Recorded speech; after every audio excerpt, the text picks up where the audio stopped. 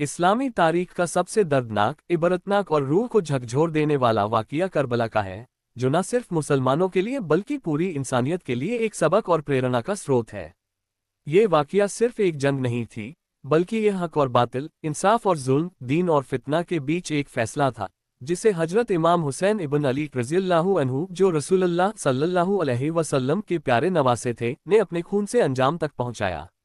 इस वाक़ये की पृष्ठभूमि में उस समय की इस्लामी खिलाफत की सूरत हाल थी, जब हजरत अली रज़ियल्लाहु अन्हु के इंतेकाल के बाद मुआविया ने खिलाफत अपने हाथों में ले ली थी और फिर मरते समय अपने बेटे यजीद को खलीफा बना दिया था, जो कि इस्लामी उसूलों के बिल्कुल खिलाफ था, क्योंकि इस्लाम में खिलाफत मीरास नहीं होती बल्कि अलियत की बुनियाद पर दी जाती है।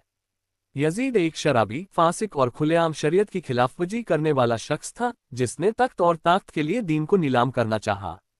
उसने मदीना में मौजूद तमाम अहम सहाबा और नेक बंदों से ज़बरदस्ती बैत लेना शुरू किया, लेकिन जब उसने इमाम हुसैन रज़ियल्लाहु अन्हु से बैत की मांग की, तो आपने साफ इनकार कर दिया और फरमाया कि हम रसूलुल्लाह सल्लल्लाहु अलैहि वसल्लम के घराने से हैं और हमारे जैसा शख्स यजीद जैसे बदकार की बैत नहीं कर सकता।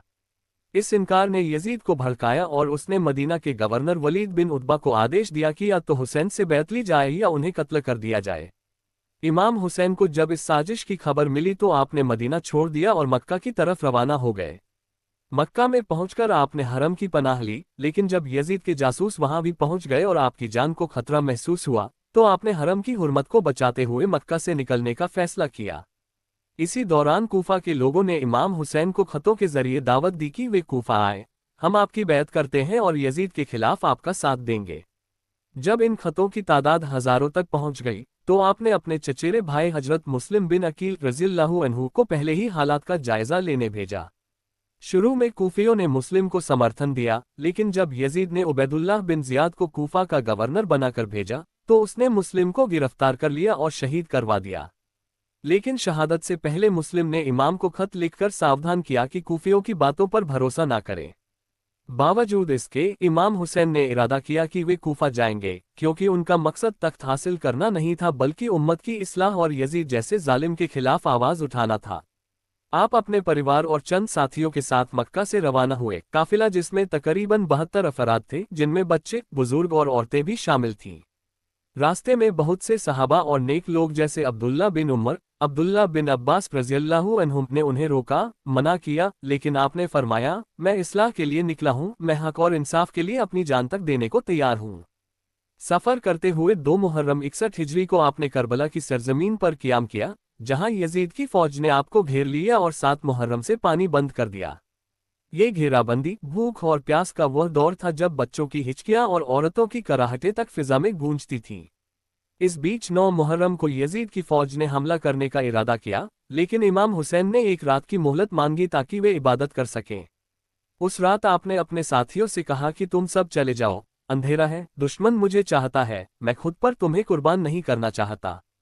लेकिन सब ने कहा, ए इमाम, अगर एक बार हमें मारा जाए, फिर जलाया जाए, फिर जिंदा किया जाए और ऐसा 70 बार किया जाए, तब भी हम आपका साथ नहीं छोड़ेंगे। और फिर आई 10 मुहर्रम की सुबह, यौम आशुरा, जब जंग शुरू हुई। एक के बाद एक इमाम के जाननिसार शहीद होते गए। सबसे पहले हजरत अली अकबर रज़ियल्लाहु अन्हु, जो हुसैन के जवान बेटे थे, मैदान में गए और शहीद हुए। फिर हजरत कासिम रज़ियल्लाहु अन्हु, जो हजरत हसन के बेटे थे, केवल 13 साल की उम्र में जन्नत के हकदार बने। फिर हजरत अब्बास रज़ियल्लाहु अन्हु, जिन्हें अलमदार कहा जाता है, जब पानी लेने गए तो दोनों बाजू काट दिए गए, मगर मश्क जमीन पर ना गिरने दी और शहीद हुए।